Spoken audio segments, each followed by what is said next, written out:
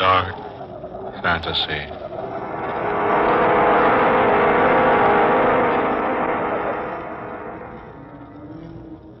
I am the man who came back.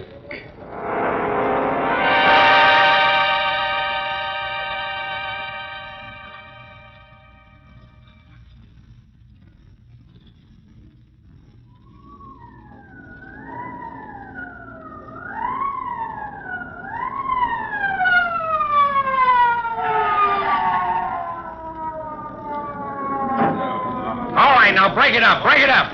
This way, officer. He's in here. All right, miss. Casey. Yes, Captain? Now, you stay right there in that doorway and don't let nobody in or out. Right, Captain. All right now, all right, you heard him. Oh, but we had nothing to do with this. Okay, sister. If you didn't, you ain't got nothing to be scared of. Hey, you. Where do you think you're going? I thought I might get a little air, if you don't mind. Well, I do mind. Now, back in the house with you. What's the big idea of you wearing that mask? As you might have observed, my friend, this is a masquerade party. Oh, is it now? Well, according to Emily Post, it's masks off at midnight. And we got this call to come out here just as the clock in Washington Circle was striking the hour. The call was placed by a most hysterical woman. And there is nothing you can do for the man in there, I assure you. Stop changing the subject. What I want to know is, why ain't you unmasked like the others? I prefer, sir, to wear my mask. Take it off, Don Juan. I want to look at your mug. It might be better, my friend, if you didn't see my mug. Now, look here, Zorro. Perhaps while we are waiting, I might tell you a story. Yeah? What is this? Bedtime at Grandma's? The only story I'm interested in is what happened here tonight. Exactly. Eh? I said exactly. Perhaps I can tell you the story. All right, then, my fine, mysterious friend. Give. Well, you see, it's quite a long story. It really all began at least 3 years ago.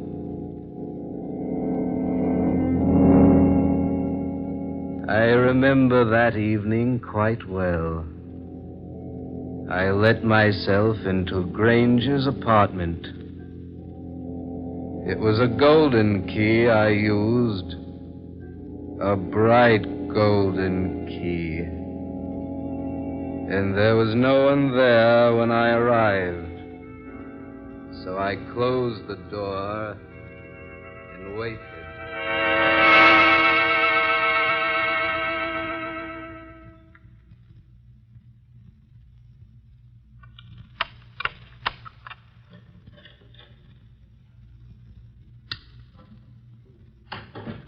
Well, Grange, imagine seeing me here. Huh?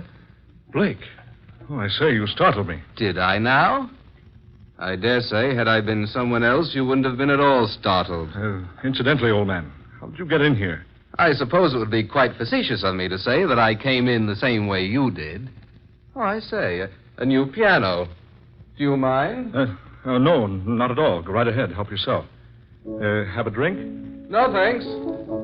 You'd better have one, though. Oh, well, yeah. I say, Blake, what's that you're playing? You've heard it before, Grange. Have I? I don't recall. You have a short memory. I usually remember pretty well. Well, when you choose to, you do, yes. What do you mean by that? My wife has played that tune for you every night this week, and last, and the week before that. You see, I happen to know. Oh. I see. Well, I'm glad you haven't the audacity to deny it. No, I don't deny it. Your wife has been here. Often. As often as she possibly could. But I assure you she came of her own desire. And as a result of your oily persuasion. I might agree, Blake, that she is easily persuaded. And, of course, my curiosity prompts me to ask how you finally learned the truth. I accidentally found the key to your apartment here. It was in Sylvia's purse. A golden key. With your initials engraved on one side, hers on the other. Why, I thought that a rather handsome touch. Don't you agree? I've brought the key back to you. How gallant of you, old fellow. I'm serious. Sylvia will never come here again. Are you positive of that? Quite. For I shall ask her not to. You seem to believe she'll obey you. She will. And I ask you now, Grange, as a gentleman, kindly refrain from inviting her here again. In other words, hands off. Is that it? I'm glad I make myself quite plain.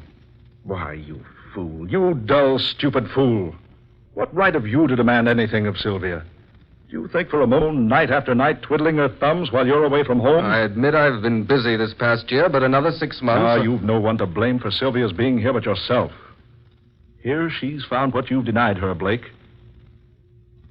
And I doubt very much if she'll give it up. Why, you swine, if you think for a moment... Oh. I forgot you carried a gun. But if you'd care to put it away... Skip the heroics, Blake. You know, I think I've suddenly thought of a solution to all this. The only solution is for you to leave Sylvia alone. Oh, no. No, you're quite mistaken. This is the solution. Here in my hand. Indeed, I rather like the idea. Besides, with you out of the way, Sylvia need have no more qualms. Why, you low yellow rat. That's it, Blake. Come closer. Threaten me. Make me do it. Make me do it, Blake. If you think killing me is a way out, Grange, you're very badly mistaken. It's the only way out. If you kill me, Grange, I'll come back and avenge myself. One shot, and that'd be all. I can prove self-defense. Sylvia will help. She'll swear you came here and tried to kill me. I'll come back, Grange. Just one shot directly between the eyes. I'll haunt you, Grange, because by God in heaven, I'll come back. It's a perfect scheme, yes. I like I'll it. pierce the veil, Grange, because I'll come back if I have to fight all the demons of hell to do it. Oh, prepare, Blake. This is a chance of a lifetime. It's the way out. Yes, it's the way out. Grange!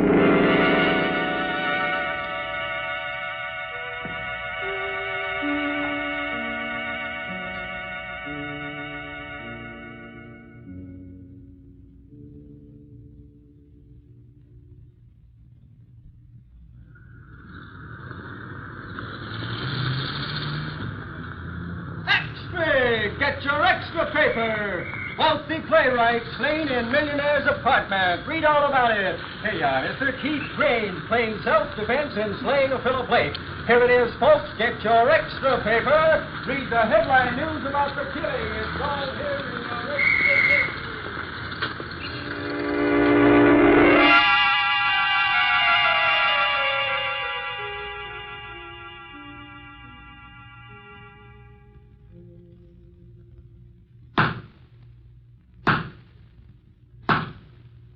It is the judgment of this court that the defendant, Keith Grange, did shoot and kill the deceased, Philip Blake, on the night of April 16th, and that in so doing, he acted in a line of self-defense. The court therefore decrees that Keith Grange shall not be held to account for this unfortunate incident.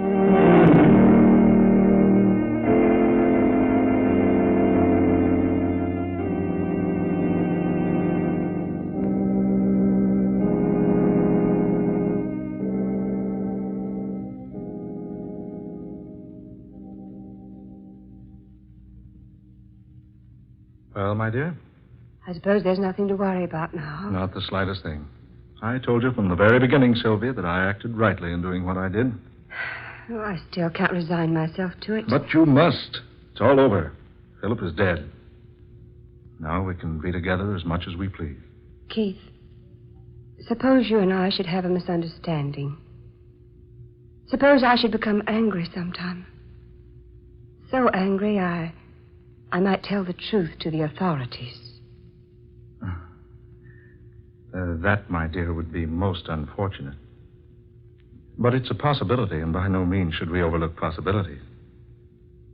So allow me to remind you, Sylvia, my dear girl, that your hiding the true facts of the matter of the coroner's investigation automatically makes you an accomplice. Oh, I see. But why are we talking like this, darling? We'll both feel better after we've had a little rest. Oh, of course we will, dear. Kiss me goodnight, darling. I'm going home. I'll take you. Oh, no. No, I'd rather go alone tonight if you don't mind. As you wish, my dear. Good night. Good night, darling. Sweet. Will you call me in the morning? Yes, of course I will. Good night, then. Good night, darling. Pleasant dreams.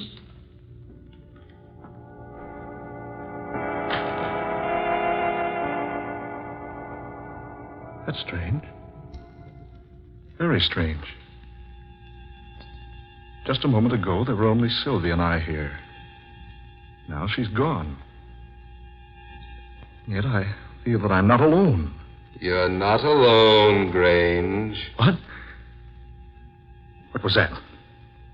I thought I heard a voice. It was my voice. Who are you? Where are you? I told you I'd come back. No. No, it's just my imagination. Is it your imagination, Grange? Yes. Yes, of course. I warned you. I warned you. Remember? Come out. Come out in the open. Come out, I say. Do you hear me? Come out. Your gun is useless against me now, Grange. What do you want? Tell me, what do you want? Oh, not now. The time isn't right now. But I'll be back. Watch for me and wait. Watch and wait. For I'll come back, Grange. I'll come back.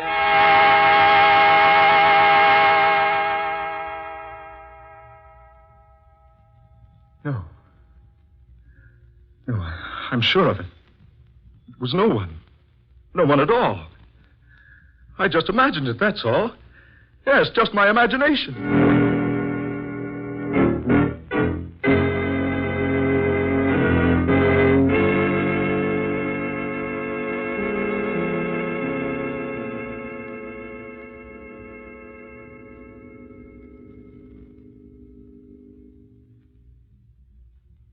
Sylvia, dear, you look so tired. Here, perhaps this will wake you up. Present for you. A present? Yes, something I picked up today. I thought you'd like it. How sweet of you, darling. I think I can guess just by looking at the box. It's a ring. Oh, aren't you clever? Go ahead, open it. All right, darling, but don't hurry me. Oh, Miss Sylvia, that isn't the ring I bought for you. Keith, look at this ring. The initials. P.B. Keith, this is his ring. Sylvia, what are you saying? It's his ring. I gave it to him. But, Sylvia... Keith, I swear to you, Philip Blake was buried with that ring on his finger.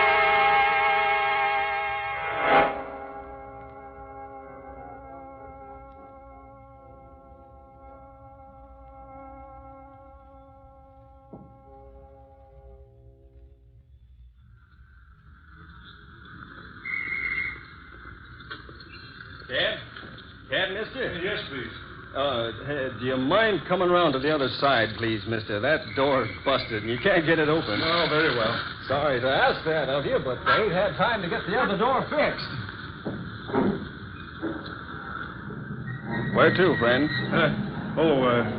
Huntington Arms Hotel, please. All right. Excellent. Huh?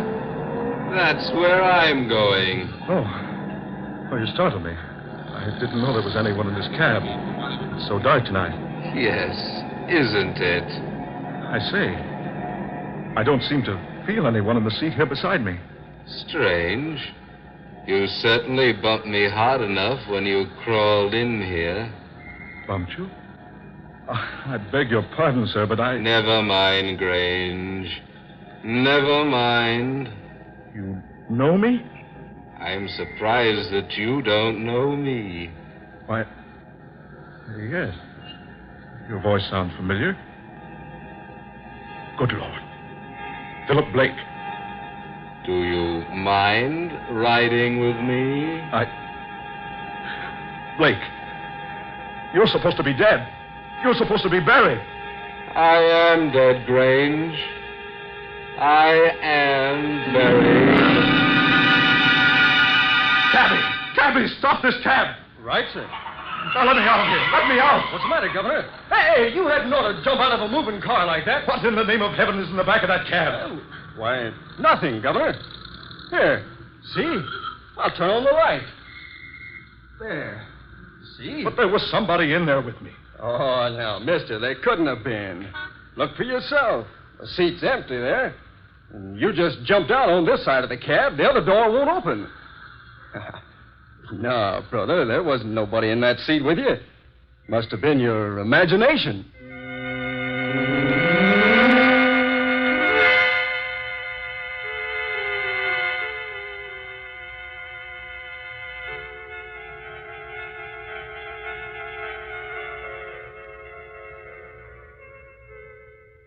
Hello? Hello, Doris? Dear, this is Sylvia. I just wanted to remind you about the masquerade ball at Keith's new home tonight. You'll be there? Fine. Now remember, masks and costumes for everybody. All right, dear. Bye.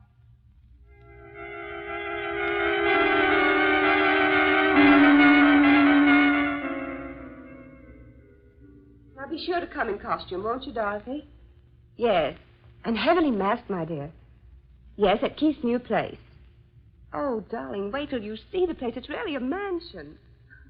Honestly, it's huge.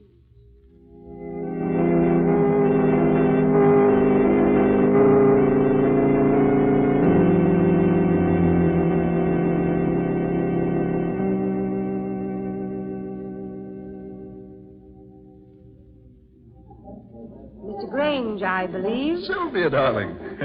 So you penetrated my disguise. Silly. I heard you order it from the costumers yesterday. Darling, the music will start soon. Is the first dance ours? Sylvia, my dear, every dance is ours tonight. Are you happy I bought this place? Oh, it's lovely. Absolutely lovely, Keith. Darling, what's the matter? That man in black. I've been watching him all evening. He's been watching me. Do you know who he is? No. He just stands and stares at me. Everywhere I go, he's always just a short distance away. Look, Keith. He's going into your study. Well, he hasn't any business in there. That's strange. I locked that door this evening so the guest wouldn't go into your study and disturb things. Well, he just walked right in.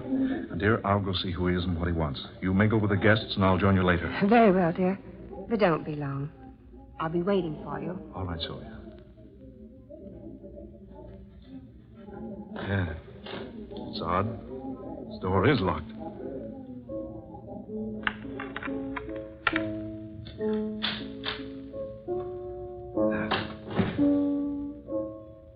Dark. Piano. Oh, confound it. Where's the light switch? There.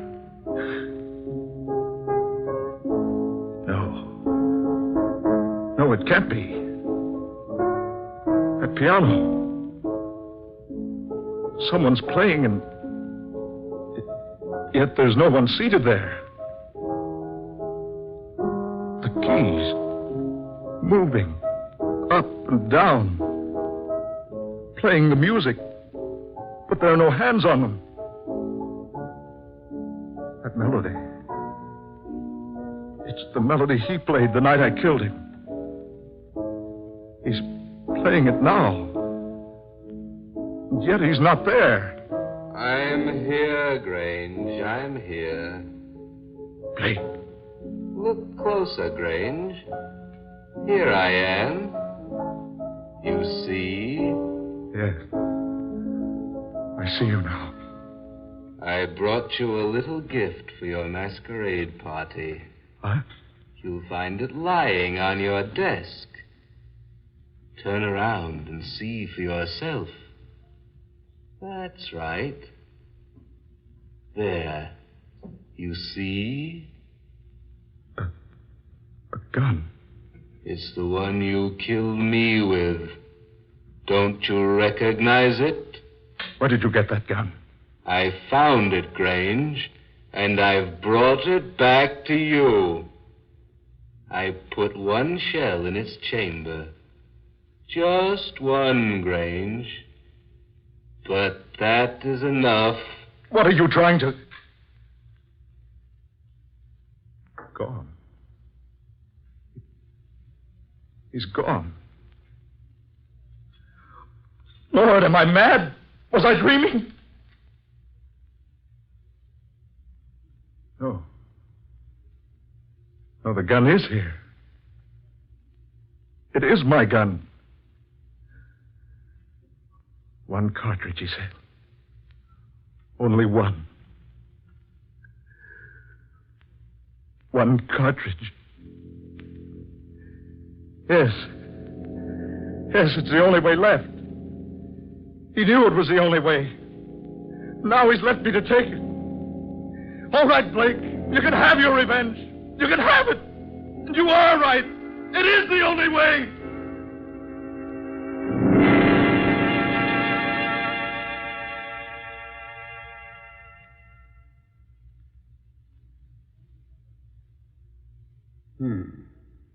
So he shot himself, eh? The evidence in there will indicate that he did, yes.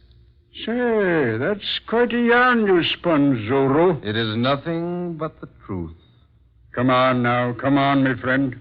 Let's take off your mask and have a look at you. One moment.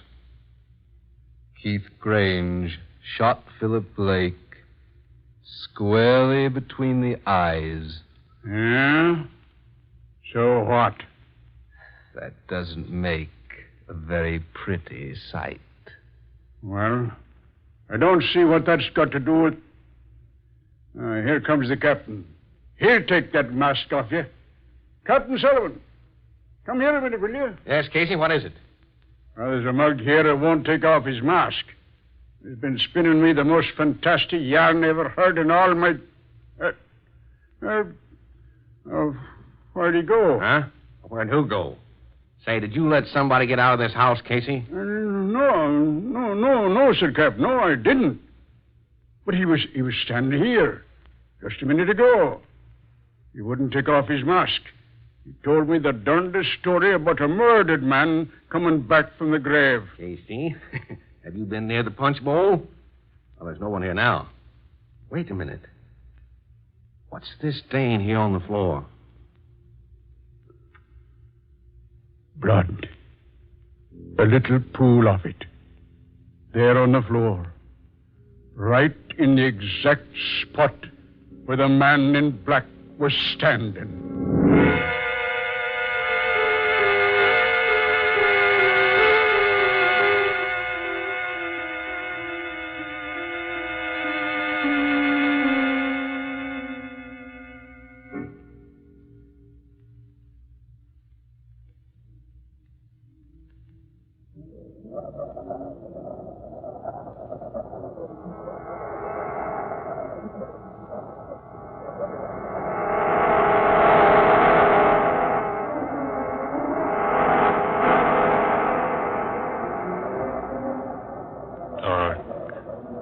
Fantasy.